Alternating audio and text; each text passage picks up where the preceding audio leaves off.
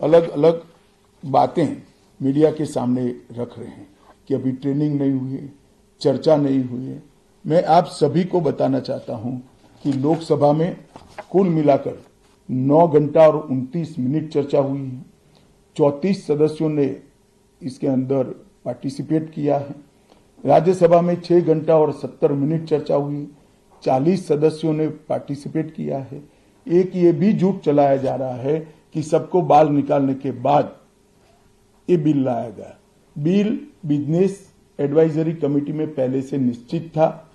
मेरा ये स्पष्ट मानना है कि 14 तारीख से ही विपक्ष ने सदन का बहिष्कार करने जैसी हरकतें करी थी और शायद वो हिस्सा लेना नहीं चाहते थे।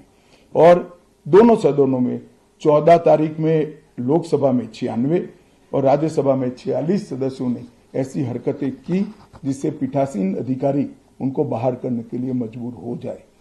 फिर भी एक ऑप्शन था। ये बहुत बड़ा दूरगामी परिणाम लाने वाला कानून था। वो एक कानून के लिए स्पेशल अंदर आकर चर्चा में अपना मत रख सकते थे। इसके पहले भी मैंने 2020 में सभी सांसदों को पत्र लिखकर उनके सुझाव मांगे थे। सभी मुख्यमंत्रियों को पत्र लिखकर उनके सुझाव मांगे थे। सभी सुप्रीम कोर्ट के सम्मानीय न्यायाधीशों को पत्र लिखकर उनके सुझाव मांगे थे। सभी हाई कोर्ट के चीफ जस्टिस को पत्र लिखकर सुझाव मांगे थे। गृह सचिव जी ने सभी आईपीएस अफसरों से सुझाव मांगे थे। सभी कलेक्टर से सुझाव मांगे थे। और ये सब सुझाव मिल मिलाकर मैंने खुद अधिकारियों की बैठक को अलग करे तो मैंने खुद 158 बार इसकी मीमांसा कर बैठक कर विचार कर एक बिल बनाया। ये बिल को भी संसद ने ऐसे ही पारित नहीं किया है। गृह विभाग की समिति के पास ये बिल को भेजा गया। 2.5 महीना या तो 3 महीना इस पर विशद चर्चा हुई। सभी दल के सांसदों ने इसके अंदर हिस्सा लिया है, अपने सुझावों को रखा है। 4-5 पॉलिटिकल स्टाइल के सुझाव छोड़कर मैं दावे से कह सकता हूं हर सुझाव को समाहित कर 93 बदलाव कर बिल को फिर से कैबिनेट ने पारित किया और पारित करने के बाद सदन के सामने रखा गया। इतने बड़े सदियों के बाद हो रहे सुधार को पॉलिटिकल कलर देना मैं मानता हूं ठीक नहीं है। मेरे तो सभी विपक्ष के साथियों से विनती है, पॉलिटिक्स करने के ढेर सारे मुद्दे हैं, आराम से करिए पॉलिटिक्स, कोई चिंता नहीं, हम भी जवाब देंगे। मगर ये कानून देश के 140 करोड़ नागरिकों को संविधान का जो स्पिरिट है,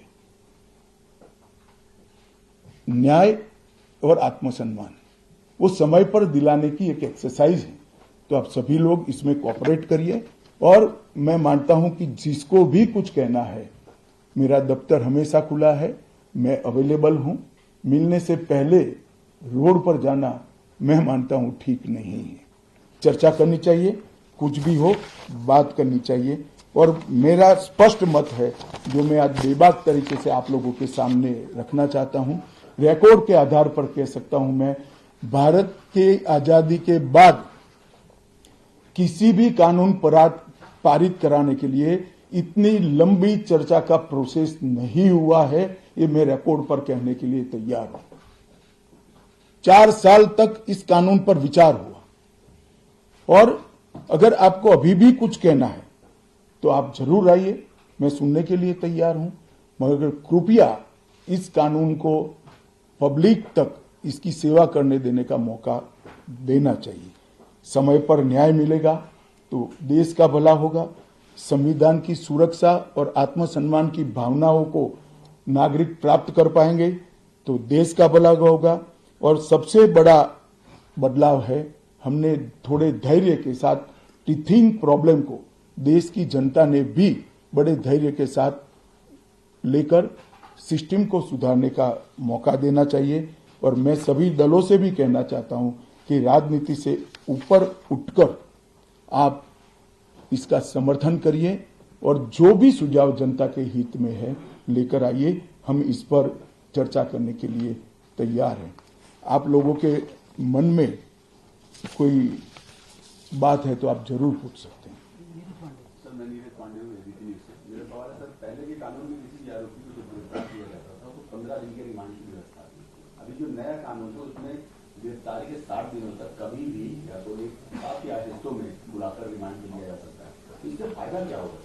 नहीं, मैं आपको समझाता हूं, ये भ्रांति फैलाई गई है कि रिमांड का समय बढ़ाया गया है। मैं स्पष्ट कर देना चाहता हूं कि नए कानूनों के तहत, बीएनएस के तहत रिमांड का समय 15 दिन का ही है। मैं आप लोगों के सामने डिटेल में बताना चाहता हूं, आरोपी को आज पुलिस ने कस्टडी में लिया, कोर्ट ने रिमांड दे दी और आरोपी अस्पताल में भर्ती हो जाता है और 15 दिन तक अस्पताल में रहेगा, तो क्या इसकी पूछताछ नहीं होगी? पूछताछ करनी चाहिए या नहीं करनी चाहिए? इसलिए हमने प्रावधान किया है कि 15 दिन की अपर लिमिट के अंदर, 60 दिन की अपर लिमिट के अंदर पुलिस इसका रिमांड ले सकती है, वरना उसको तो जुडिशियल कस्टडी में जेल में पहले भी रहना था और बाद में भी रहना है। एक दूसरा आरोपी पकड़ा जाता है, पुलिस को दोनों को इकट्ठा करके पूछताछ करनी है, तो कैसे करेगी? तो 15 दिन की लिमिट को हमने नहीं बढ़ाया है, रिमांड 15 दिन की ही होगी।